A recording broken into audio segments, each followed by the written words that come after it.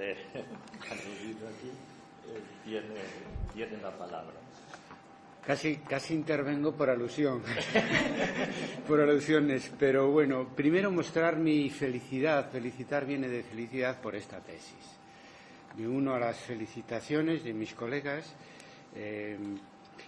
porque creo realmente que es una tesis excepcional en el sentido literal, o sea, que viene de excepción.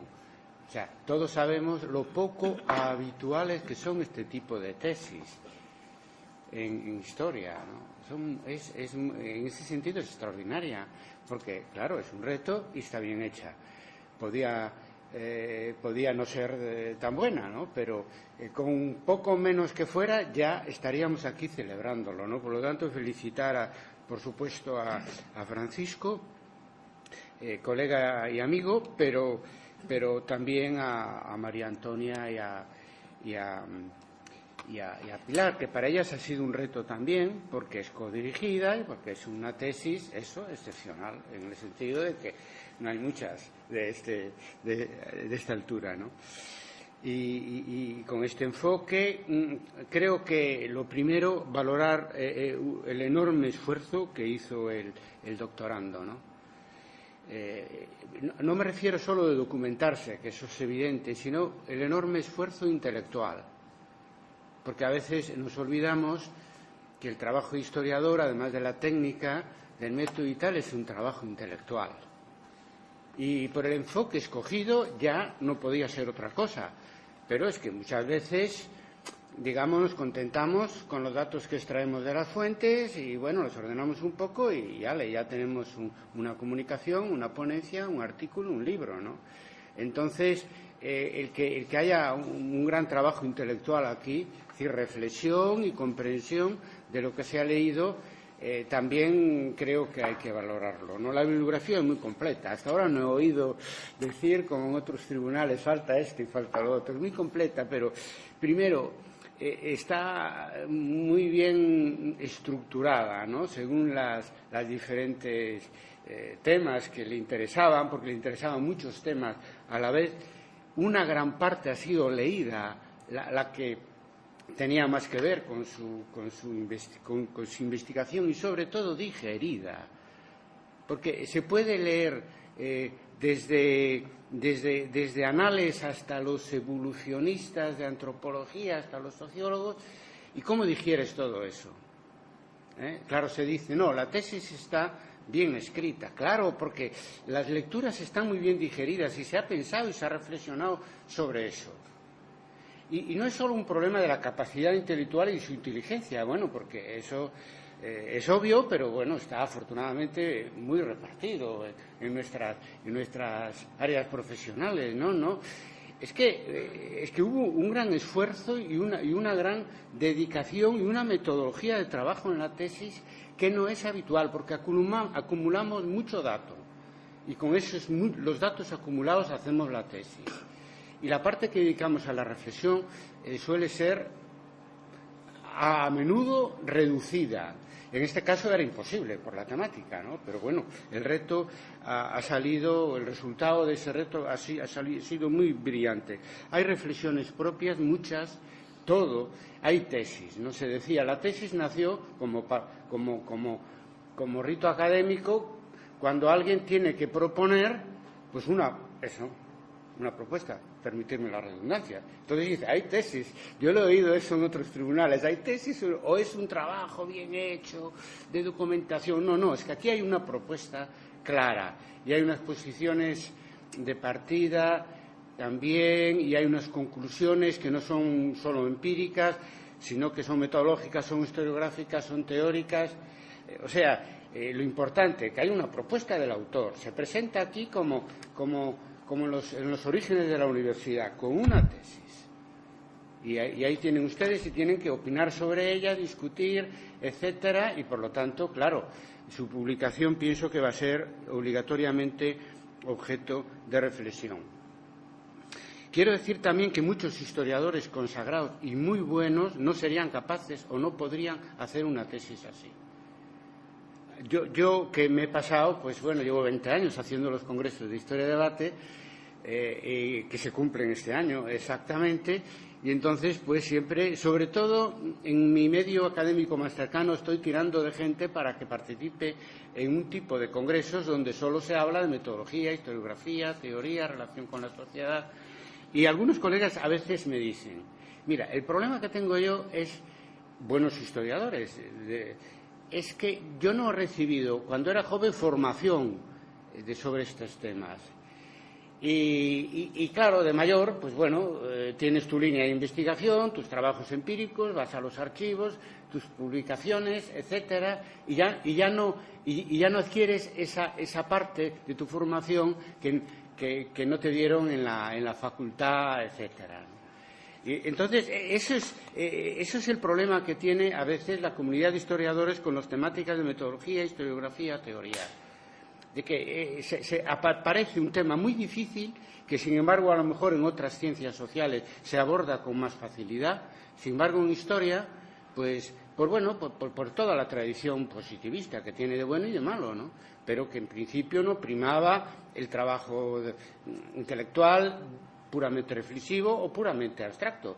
Entonces, venimos de una disciplina que es anterior a las otras que se están nombrando aquí, y que nace, en fin, con el empirismo puro y duro del siglo XIX, y eso es una gran fortuna, pero también tiene sus dificultades, entonces cuesta mucho trabajo. Por eso digo que la tesis es excepcional también porque muchos historiadores jóvenes y no jóvenes tendrían mucha dificultad para trabajar así la temática de la metodología, de la historiografía, de la teoría y además vincularla a un trabajo empírico que es el tercio final de la tesis. Por eso yo es obvio ya que mi idea es dar una máxima nota a esta tesis, pero que lo hacemos con mucha frecuencia, pero en este caso con un convencimiento específico, especial, porque para animar a otros a seguir. Primero, que animar al autor a que siga en esa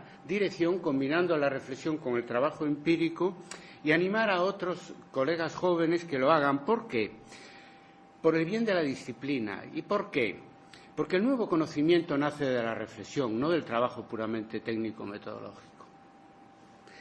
Segundo, porque la calidad de una investigación tiene cada vez más que ver con la reflexión que se incluye en ese proceso de investigación.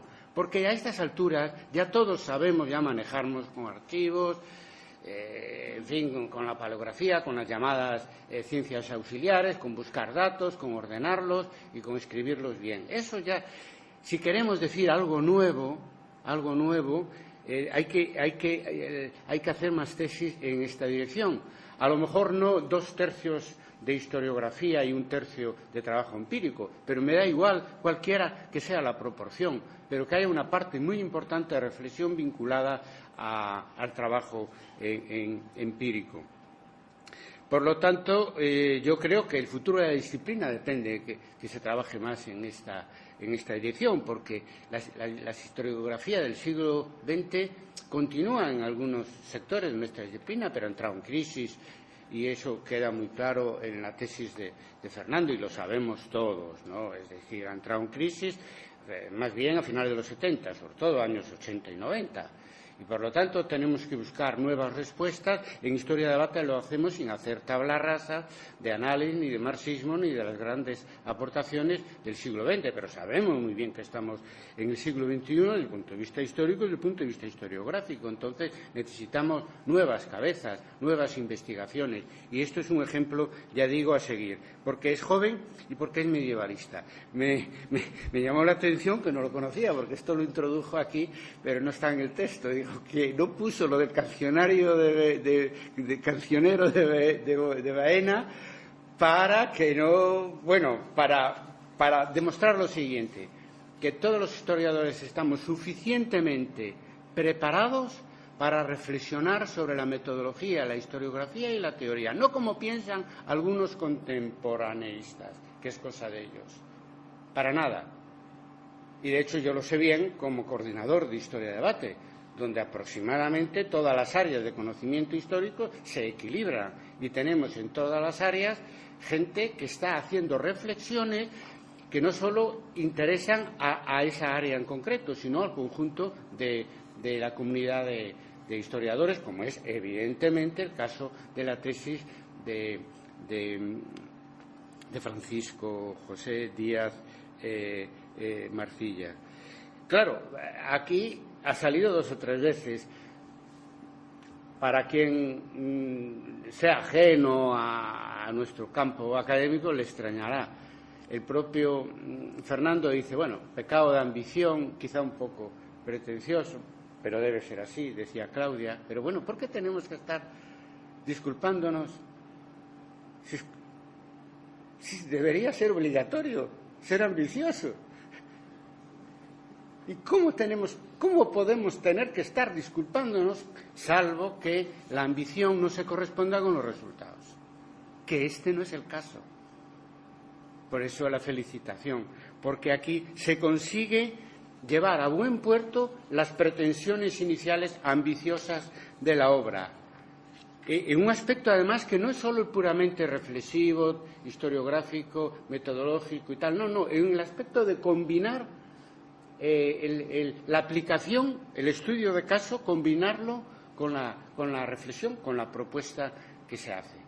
Y claro, en ese sentido, las ambiciones cumplidas es lo que necesitamos para que una disciplina avance y tenga un futuro, que no viva solo de las rentas del siglo XX, sino que se proyecte en este siglo XXI, y estamos ya en la segunda década del siglo XXI. Para mí, bueno, es una especial satisfacción, además, poder decir todo esto con rigor, porque, bueno, es un colega de historia debate.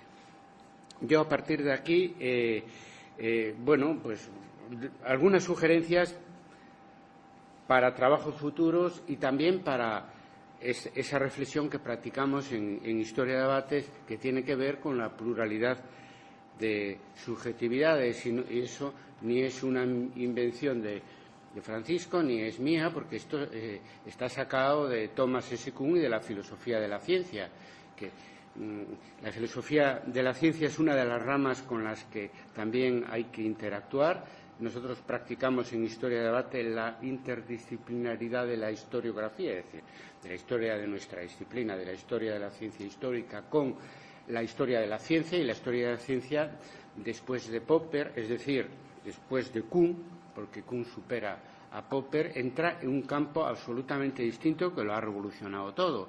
Y no lo ha revolucionado solo para la física, para la química, para la biología, sino para el sistema científico al que académicamente nosotros consideramos, por lo menos muchos de nosotros, que pertenecemos.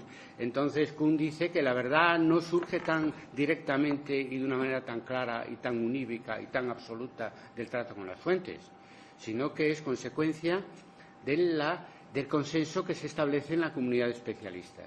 Y ahí la importancia del debate y de la pluralidad de subjetividades. Hay temas, por ejemplo, que son tan polémicos, quizás por sus relaciones con la actualidad, que lo que pasa es que la propia objetividad, la pluralidad de interpretaciones que puede haber. Otros no tanto. Y otros pasan que hay una interpretación nueva que surge y la comunidad de historiadores tarda un tiempo en admitirla como en general, y a partir de ese momento pues ya es asumida y ya se convierte en la posición que los historiadores asumen sobre determinado tema, pero siempre con el debate por medio, que además en este siglo convulso en el que estamos, yo creo que ya no se reduce, como decía Thomas S. Kuhn, a los periodos de crisis, ¿no?, de una disciplina científica, sino que yo creo que es algo necesario continuamente, porque en este siglo XXI heredamos un siglo XX muy fructífero en líneas historiográficas, en tendencias y en otras muchas cosas. También se puede decir todo lo malo del siglo XX.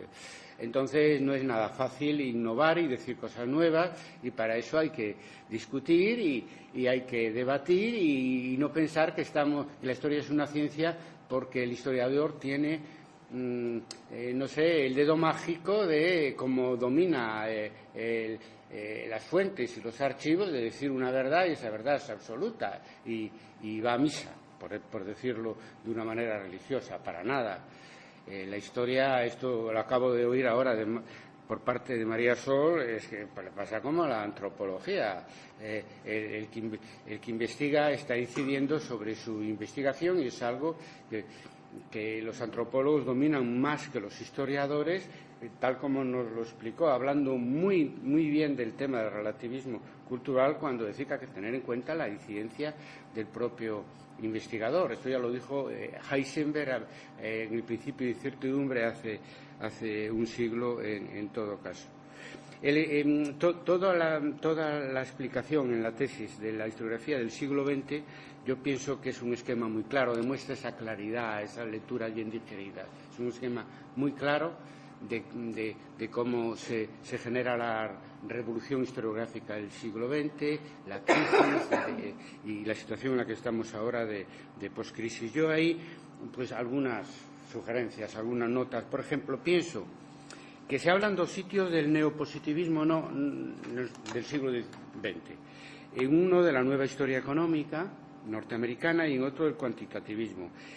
Pero yo creo que hay que añadir el método hipotético-deductivo, que es de Popper. Aquí ha llegado a nosotros a través de Ciro Cardoso, un colega también muy vinculado a la historia de debate, que murió recientemente, y a través de su introducción a la investigación histórica, pero realmente es de origen neopositivista. Entonces, estas tres aportaciones del neopositivismo, nueva historia económica, cuantitativismo y el neopositivismo de Popper, etcétera, yo creo que tuvo más importancia que la que se le da en el texto.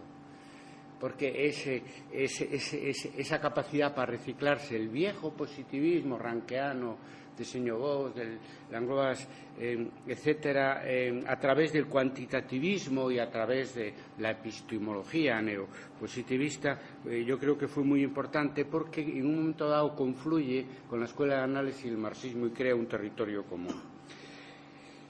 Explicamos en algún sitio sobre el paradigma común, hablando sobre el paradigma común del siglo XX, que el concepto para la historia de la ciencia del término paradigma no es el que viene en el diccionario, que es útil y se sigue usando como el que viene en el diccionario, es ejemplo, modelo, no. El concepto de paradigma historia de la ciencia es literalmente conjunto de valores y creencias que comparten una comunidad especialista. Y eso es lo importante que ha pasado en el siglo XX. Es decir, en el siglo XX hay elementos de metodología, de historiografía, de teoría, de relación con la sociedad, etcétera, que comparten la escuela de análisis, el marxismo y el neopositivismo, que es, en rigor, sin ahora querer arrimar el ascua a cada una a su sardina, en rigor es lo que explica la gran explosión de la historia, incluso desde el punto de vista académico, porque se crearon casi todas las licenciaturas de historia, se transforma en una disciplina muy fuerte en el siglo XX, porque se renueva, se adapta a lo que era el nuevo siglo respecto a la vieja historiografía del siglo XIX y a lo que llamamos la revolución historiográfica del siglo XX. Y ahí es como tercera pata, es muy importante la capacidad de reciclaje que tuvo el positivismo a través de esas vías que decía antes, ¿no? Se habla de la crisis 70-80, pero no se habla, yo entiendo, en fin, porque no es fácil, pero es importante, de los años 90 y la primera década del siglo XX, ¿no? Se nombra ya en la tesis el manifiesto de historia de debate que dimos a conocer y el 11 de septiembre del año 2001 y que ya se han sumado a él pues unos 600 colegas de unos 30 o 40 países de todo el mundo. Pero ahí en el prólogo resumimos que situamos nuestras propuestas en una clasificación de las tendencias que todavía hoy está vigente, de las tendencias de la historiografía internacional, y hablábamos de 4. Una, los partidarios del retorno al positivismo, o que simplemente siempre han estado situados ahí. Segundo, los partidarios de la continuidad, sin más, de las nuevas, de las vanguardias historiográficas de los años 60-70. Y en tercer lugar, los que somos partidarios de nuevos paradigmas, que es el caso de historia de debate, pero no solo nosotros. En nuestro caso, sin hacer tabla rasa, es decir, de lo que significaron análisis del marxismo. Y en cuarto lugar, la historia posmoderna, que en general en España y en el ámbito académico latino tuvo menos influencia que en el ámbito anglosajón. Yo creo que además en la última década, ya en el siglo XXI, resulta todavía más evidente el retorno, sobre todo entre jóvenes investigadores, al positivismo en el campo de la historia. Me refiero al positivismo en un sentido epistemológico, es decir, la historia tal como fue, la historia se hace con documentos y punto, etcétera, y un sentido temático también, el auge de la biografía, de las grandes figuras, que es muy interesante, sí, como, por ejemplo, predicaba Jacques Le Goff, pues se hace con un nuevo enfoque, pero muchas veces es simplemente la vieja historia que tanto criticamos y tanto criticó análisis del marxismo, de las grandes figuras de Rank y de Señogos y de Langlois. Eso está volviendo ahora. Es como consecuencia un poco tardía de la desaparición de análisis del marxismo, quiero decir, pasan present, como escuelas organizadas, o sea, como movimientos organizados. No. Entonces, en ese sentido, yo pienso que sí, que hubiera sido interesante una referencia a la evolución de la historiografía en España, internacionalmente, en los años 90 y la primera década del siglo XX, porque eso es esa vuelta al positivismo clásico del siglo XIX, que a través de Historia de Debate, como funciona diariamente ahora en Internet y conecta a cientos de universidades y a miles de colegas de todo el mundo, pues tenemos facilidad, es fácil detectar la temperatura en cada momento y sabemos que eso está siendo así. Se está polarizando el debate entre los nuevos paradigmas y el retorno a los viejos paradigmas del siglo XIX, ¿no? Y esa vuelta de muchos jóvenes al positivismo, no es el caso obviamente de Francisco, todavía le damos importancia a su aportación, porque es la propuesta de Francisco es como un redescubrimiento de la interdisciplinaridad. Es cierto, la interdisciplinaridad es el secreto de la capacidad renovadora a lo largo de tanto tiempo de la Escuela de Análisis. Eso no cabe duda. Que se originó en 1929 en Estrasburgo, reuniéndose los sábados por la tarde alrededor de la revista Annales, historiadores que eran los que lo organizaban todo ese proceso, con geógrafos, con psicólogos, con antropólogos, etcétera, en el año 1929. Pero es que después, en las últimas décadas, hubo un abandono de la interdisciplinariedad por la propia crisis de Annales, del marxismo, que practicó sobre todo en Gran Bretaña mucho en la interacción con la antropología. Y es muy importante que hoy se recupere la idea de interdisciplinaridad, justamente porque es el contrapunto, ¿no?, a todo ese retorno del positivismo de la historia tradicional. Es, digamos, recuperar la memoria historiográfica de lo mejor que nos dio el siglo XX desde el punto de vista de la escritura de la historia. Y es muy significativo, no sé hasta dónde el propio autor era consciente de esto, pero es el momento más adecuado, porque esto todo que él nos relata, etcétera, es en realidad un redescubrimiento, y para las generaciones más jóvenes y para los lectores más jóvenes de libros de historia les va a sonar muy nuevo, no tanto a los que ya, digamos, pues eso, tenemos ya un poquito más de edad. Bueno, yo ya dije que una de los resultados más brillantes es esa capacidad de la tesis, es esa capacidad para combinar una propuesta teórica con una investigación empírica, hacer un estudio de caso. Eso que se hace en otras ciencias sociales mucho, pero no tanto en historia, ¿no?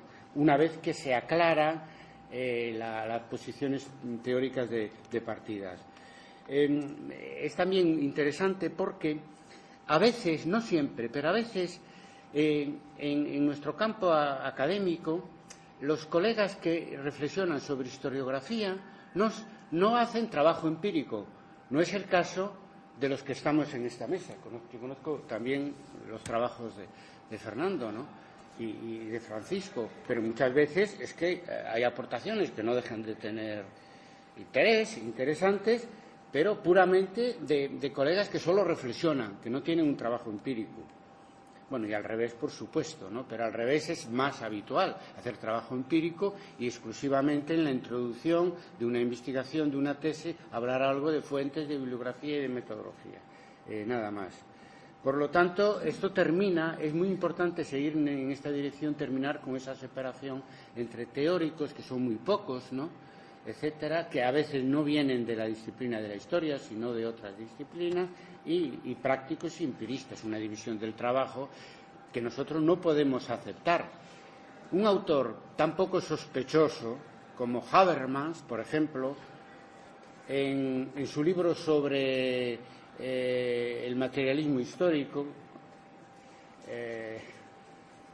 la recuperación o no del materialismo histórico, no lo recuerdo exactamente, dice con toda claridad que la historia debe centrarse en aportar datos para que los filósofos como él, los sociólogos, etcétera, pues sean los que hagan las teorías.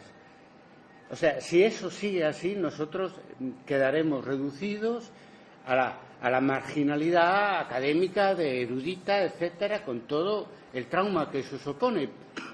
Porque tenemos alumnos que enseñar y la historia es muy importante, no solo en la universidad, sino también en la enseñanza media y en la enseñanza primaria, y no podemos permitir que la disciplina se estanque, y para eso es necesario naturalmente acabar con esa división del trabajo en la que creen algunos, que naturalmente no son de historia, pues se sitúa el trabajo del historiador como un trabajo puramente empírico, y que algunos colegas pues no están en desacuerdo con eso, porque yo sé, hay un colega que ya no está entre nosotros, también de medieval, que siempre le gustaba comentar que en una tesis alguien le vino con un planteamiento como el de Francisco y le dijo, eso es una tesis, sería más propia para la Facultad de Filosofía que para la Facultad de Historia. Eso es un pasado que hay que dejar muy atrás, porque este siglo que viene va a ser, y lo está siendo ya, mucho más exigente con la universidad en general y con nuestra historia en particular. Sobre el Cancionero de Bohemia, bueno, yo es obvio, soy medievalista también trabajo sobre el siglo XV. Yo creo que me gustó mucho y sobre todo por la satisfacción de decir que el trabajo interdisciplinar todavía puede decir cosas nuevas sobre la poesía trovadoresca. Y, por ejemplo, me llamó mucho la atención el concepto de entorno sacado de la psicología. Algunos dirán que es parecido a la microhistoria y las redes sociales, pero no es lo mismo, porque en la microhistoria, cuando se estudia alrededor de una persona, de una familia, sus redes sociales, etcétera, no está en primer plano el interés psicológico como es en este caso, ¿no? Por lo tanto, es muy distinto y demuestra, aquí se ha dicho ya, la productividad de un modelo interdisciplinario, ¿no? Aunque también es cierto, no vamos a negar que efectivamente la interdisciplinaridad es una de las críticas que se hacen anales. Yo creo que injusta, pero bueno, de todas maneras algo hubo, es decir, favoreció la fragmentación, porque favoreció el crear disciplinas, subdisciplinas distintas dentro de la historia, y relegó la historia en bastantes lugares en el sistema científico al que pertenecemos. Es decir, la historia quedó en un segundo lugar, a veces porque en esa interdisciplinaridad, por ejemplo, con la sociología pierde desde el punto de vista teórico, porque los que hacen teoría social son los sociólogos y los historiadores llevamos cierto retraso, porque aquí, en esta tesis, también en Historia de Debate, se trabaja más metodología e historiografía que teoría.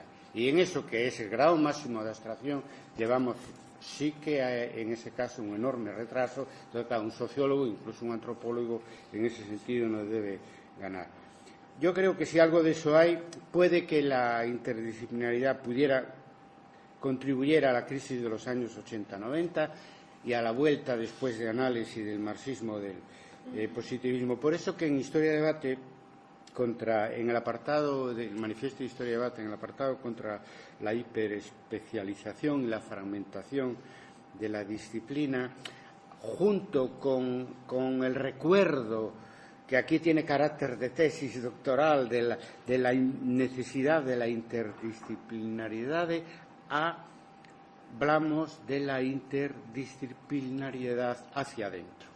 Podemos llamarle también intradisciplinaridad, y de la capacidad para combinar las diferentes especialidades y enfoques historiográficos, que a lo largo del tiempo se han separado enormemente como algo muy necesario, siguiendo el ejemplo de lo que han hecho otras ciencias sociales. Bien, voy terminando. En el Cancionero de Baena se utiliza el esquema de enfoque sociológico, enfoque antropológico, enfoque psicológico.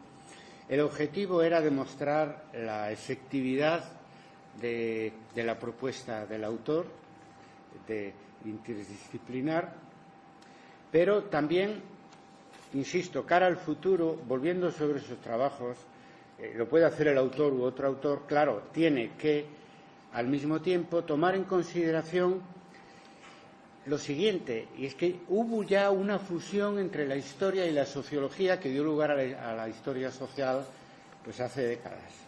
Y hubo ya una fusión entre la antropología y la sociología y la historia que dio lugar a la historia de las mentalidades también hace décadas, muchas décadas. Entonces, ¿qué pasa? Que uno puede echar en falta, pero es que la tesis son ya al final 800 folios, 800 hojas, ¿no? No podemos pedirle que esté todo, ¿no? Pero, por ejemplo, así como en el apartado sociológico se utiliza algunas, por ejemplo, en el caso de la baja nobleza, se utiliza alguna bibliografía sobre historia social, del grupo de Reina Pastor, del CSIC, etcétera, que está muy bien.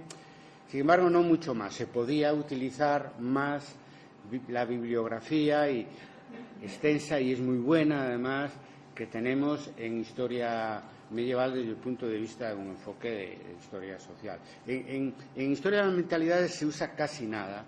Lo poco que hay sobre historia de las mentalidades en la historiografía española, en medieval y moderna, que no hay mucho, hay mucho menos que en historia social. Legov a mí me decía a finales de los 90 que allí no habían agotado todo lo que podía dar de sí una historia de las mentalidades. No es muy cierto, porque con otras etiquetas, antropología histórica, historia de las representaciones, nueva historia cultural, se ha seguido haciendo historia de las mentalidades en Francia. Pero si allí se dice, y lo dice, pues bueno, el representante vivo hoy más importante, ¿no?, en los terceros anales, que es Jacques Legov, imaginaros en España. En España es evidente que ahí nos quedamos muy cortos.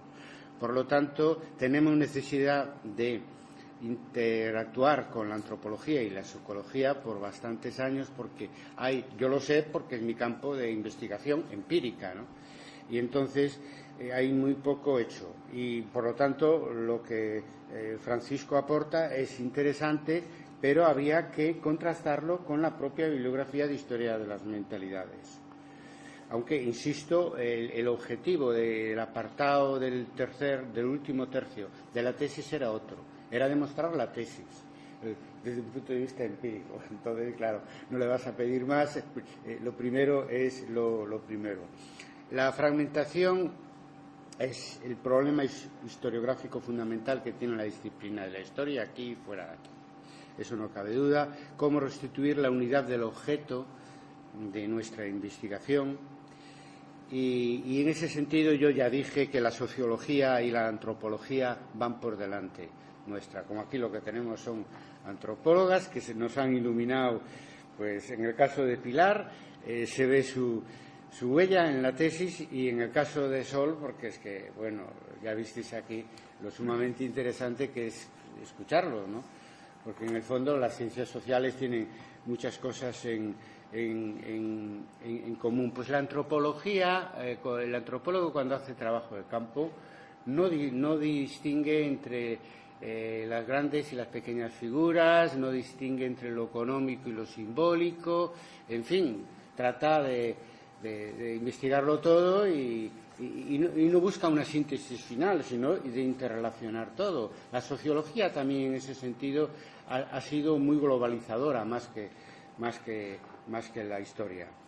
Claro, hay que decirlo con claridad, la historia total fue una ambición que tuvo la escuela de Anales y el marxismo que tuvieron los nuevos historiadores del siglo pasado, y no fue la más exitosa, porque todos al final, exceptuando algunas obras iniciales, etcétera, como la sociedad feudal de Marc Bloch o la civilización del occidente medieval de Le Goff, hasta Cataluña en la España moderna de Pierre Vilar, y había un intento de globalizador, pero después todos los colegas se especializaron. Entonces es uno de los conceptos más fracasados de la revolución historiográfica del siglo XX. Lo que plantea Francisco, naturalmente, es una aproximación, pero no resuelve del todo el tema, pero nada lo resuelve del todo el tema, ¿no? En Historia de Debate practicamos también la historia mixta como historia global, es decir, juntar especialidades, tipos de fuente, temas, buscando un resultado global, y creo que por ahí hay que ir, etcétera, experimentando con modelos como ha hecho Francisco. Un último tema que un poco extraño, ¿no? Aunque, claro, la tesis hay que evaluarla en su conjunto. En la página 12, donde se habla del concepto de la historia como ciencia, y se repitió aquí en la intervención inicial, parece como clásico, ¿no? Es decir, extraer datos de las fuentes, etcétera. Se incluye la palabra interpretación, que para el doctorando es muy querida, es muy querida como para diferenciarse de un trabajo puramente empírico, la interpretación, pero el propio autor en el conjunto de la tesis nos ofrece en la práctica, por lo tanto, nos ofrece un concepto mucho más rico de la historia como ciencia, donde el historiador no solo interpreta, sino que es parte activa del proceso de investigación y construye su propio objeto, algo que los antropólogos y los sociólogos lo tienen claro. O sea, para conseguir mayor objetividad, construye su propio objeto. Decimos en el punto primero del manifiesto de Historia de Debate que la historia es una ciencia con sujeto cognoscente, pero eso de introducir el historiador en la definición de nuestra disciplina es absolutamente nuevo en nuestra disciplina, porque incluso las vanguardias del siglo pasado no lo hacían, y eso actuó como un lastre para una disciplina más autorreflexiva y más innovadora. Y hay que aceptar ya de una vez, hay que descubrir de una vez, yo se lo digo a los alumnos, el secreto de nuestra disciplina. Y el secreto de nuestra disciplina que hay que desvelar es que la historia la escriben los historiadores. Por lo tanto, no se puede separar la objetividad de nuestra disciplina con el sujeto cognoscente, con el propio investigador. Nada más, reiterar mi felicitación y que otros sigan el ejemplo de Francisco Díaz Marcilla. Muchas gracias.